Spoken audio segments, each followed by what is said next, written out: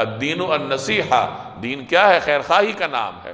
ہر مسلمان کے ساتھ ہمارے دل میں خیر خواہی کے جذبات ہونے چاہیے، ہر انسان کے ساتھ ہمارے دل میں خیر خواہانہ جذبات ہونے چاہیے۔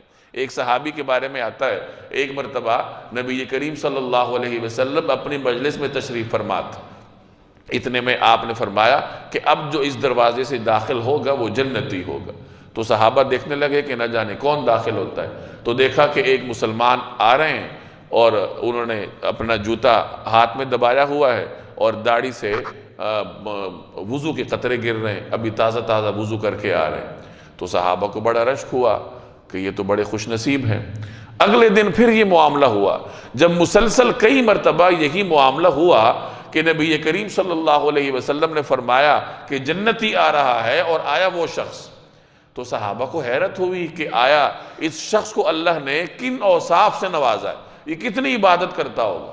وہاں مجلس میں ایک صحابی تھے، غالباً حضرت عبداللہ بن عامر تھے، یہ بڑے زاہد صحابی تھے، یا عبداللہ ابن مسعود تھے، تو یہ بڑے زاہد صحابی تھے، عبادات کی طرف بہت راغب تھے۔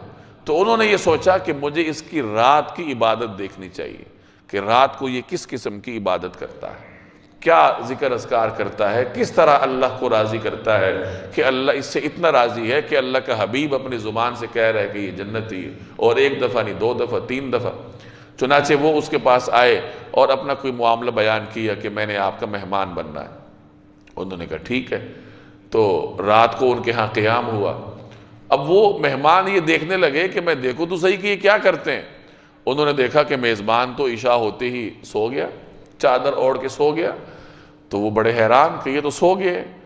انہوں نے انتظار کیا ساری رات بار بار کہ اب اٹھیں گے، کوئی عبادت کریں گے، کوئی ذکر اذکار کریں گے۔ انہوں نے اٹھنے کا نام نہ لیا، فجر کے لیے اٹھے اور مسجد میں جا کے نماز پڑھی۔ تو یہ بڑے حیران ہوئے۔ اگلی رات انہوں نے سوچا کہ ایک رات اور دیکھ لیتا ہوں، ممکن ہے آج تھکاوٹ ہو۔ اگلی رات پھر یہی ماجرا، وہ عشاء کے بعد سوئے تو فجر کے بعد جا کے اٹھے۔ وہ عام مسلمان تھے، محنت مزدوری کرتے ہوں گے، تو رات کو آرام چاہیے تھا۔ تو آخر انہوں نے ان کے سامنے ماجرا کھولا کہ بھائی دیکھو، میرا کوئی عذر نہیں تھا، میں اس لیے ہی آپ کے پاس آیا ہوں کہ اللہ کے حبیب نے آپ کے بارے میں فرمایا ہے کہ یہ جنتی، تو میں نے یہ دیکھنا ہے کہ آپ کا آخر کیسا عمل ہے، ہمیں بھی وہ اپنانا چاہیے۔ یہ صحابہ کا مزاج تھا کہ وہ یہ دیکھتے تھے کہ کون سا شخص دین میں آگے ہے اور کیوں آگے ہے، ہمیں بھی اس طریقہ کار پر چلنا چاہیے۔ تو فرمایا کہ میں تو اس لیے آیا ہوں کہ آپ کا عمل دیکھوں، لیکن یہاں تو آپ سو رہے، عشاء کے بعد سوئے ہیں اور فجر تک سوتے رہے۔ تو انہوں نے فرمایا کہ میرا کوئی خاص عمل تو ہے نہیں، ہاں البتہ ایک خصوصیت اللہ نے مجھے دی ہے کہ میرے سینے میں کسی مسلمان کے ساتھ بغض نہیں ہے، ہر مسلمان کے ساتھ میرے دل میں خیر خواہی ہی خیر خواہی ہے۔ تو وہ مہمان صحابی کہنے لگے کہ ہاذا ہوا، یہی وہ تمہاری صفت ہے جس کی وجہ سے تم اللہ کو اتنے پسند ہو، اور نبی کریم صلی اللہ علیہ وسلم نے تمہارے بارے میں اتنی بڑی بات کا اعلان فرمایا۔